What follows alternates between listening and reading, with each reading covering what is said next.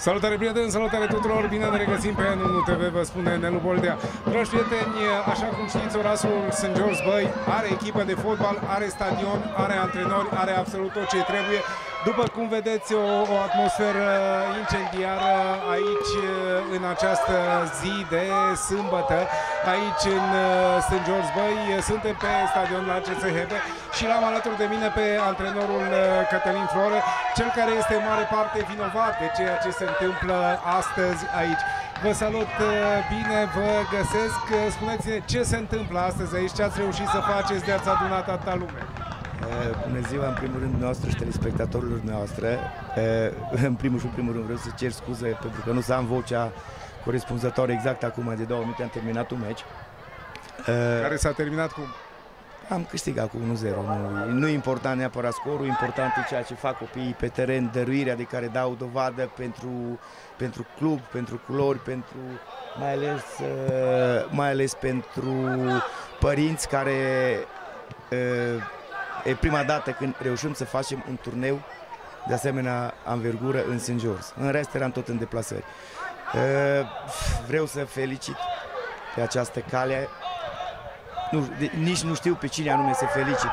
În primul rând, copiii vreau să felicit, părinții că îi susțin, conducerea orașului St. George Băi, care ne-a pus la dispoziție toate cele necesare pentru o bună dezvoltare a fotbalului juvenil și fotbalul de seniori, dar din ce știți dumneavoastră, stăm mult mai bine la nivel de fotbal juvenil, copii și juniori, față de fotbalul de seniori. Adică cei de care vă ocupați dumneavoastră?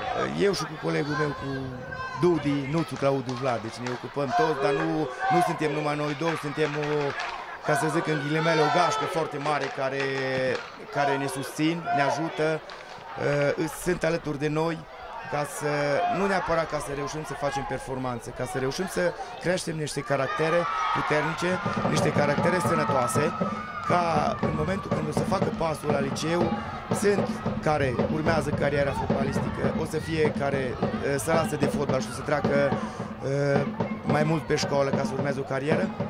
Noi asta încercăm să facem la clubul nostru, să creăm niște caractere ca în momentul când se deslipesc de părinți, se deslipesc de clubul nostru, să se știe descurca în viață, să știe cum să povestească, să știe cum să dea respect și cum să fie respectați. Mister, ce urmează mâine? Mâine urmează tot așa un turneu organizat de clubul nostru la grupa de vârstă 2015. Astăzi avem turneul ăsta la grupa de vârstă 2013. Un turneu destul de puternic, cu echipe din județ și din afara județului, vorbesc de astăzi. Echipe bune, care au venit cu foarte mare plăcere la solicitarea noastră, la invitația noastră, pentru a avea posibilitatea, vă spun sincer, pentru a avea posibilitatea să vină să joace pe acest teren în cadrul acestei baze sportive. Deci este minunat. Felicitări și ne revedem în studioul NUNU TV. Mulțumesc, o zi bună! Dragi prieteni, nu doar domnul Cătălin Flore e vinovat, cu ghilimele de rigoare, clar. Am un alt Cătălin la fel de vinovat alături de mine. De data aceasta e vorba de Cătălin Bota, primarul orașului St. George Băi. Felicitări, domnule primar, știu că ați reușit să vă împliniți un vis, să fim pe gazon, pe terenul Hebe, să vedem sâmbătă și duminica mici în spate, oameni în tribune. Da, a fost un vis, iubesc acest sport, practic și eu de câte ori am ocazia și e primul turneu de mini-fotbal organizat în St. George Băi. Acest stadion oferă condiții ideale pentru copilașii noștri, în primul rând de a se antrena pentru acest tip de competiții și în sistem competițional credem și că sunt condiții ideale. De-a lungul timpului copilașii noștri au participat la foarte multe turnee, la Constanța, Timișoara, București și alte orașe ale țării.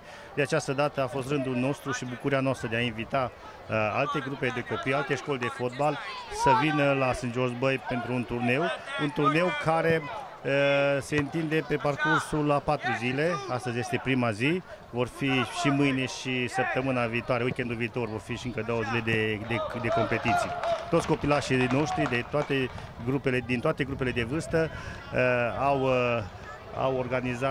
au organizat meciuri. Le urez succes. Cu siguranță nu înseamnă doar victoria, doar o cupă pe care o câștigi, locul 1, 2, 3. Contează să iubești, să faci sport, să-ți respecti adversarul, să-ți respecti antrenorii, să-ți respecti arbitrii și de acolo încolo această formă de respect să fie o cultură pentru ei, în viața lor, de acum încolo să aibă parte doar de ceea ce își doresc. Îi veți susține și în mandatul viitor? Cu siguranță îmi doresc din tot sufletul. Dacă Bunul Dumnezeu îmi oferă această posibilitate de a-i susține din postura de primar, eu îi susține din tot sufletul.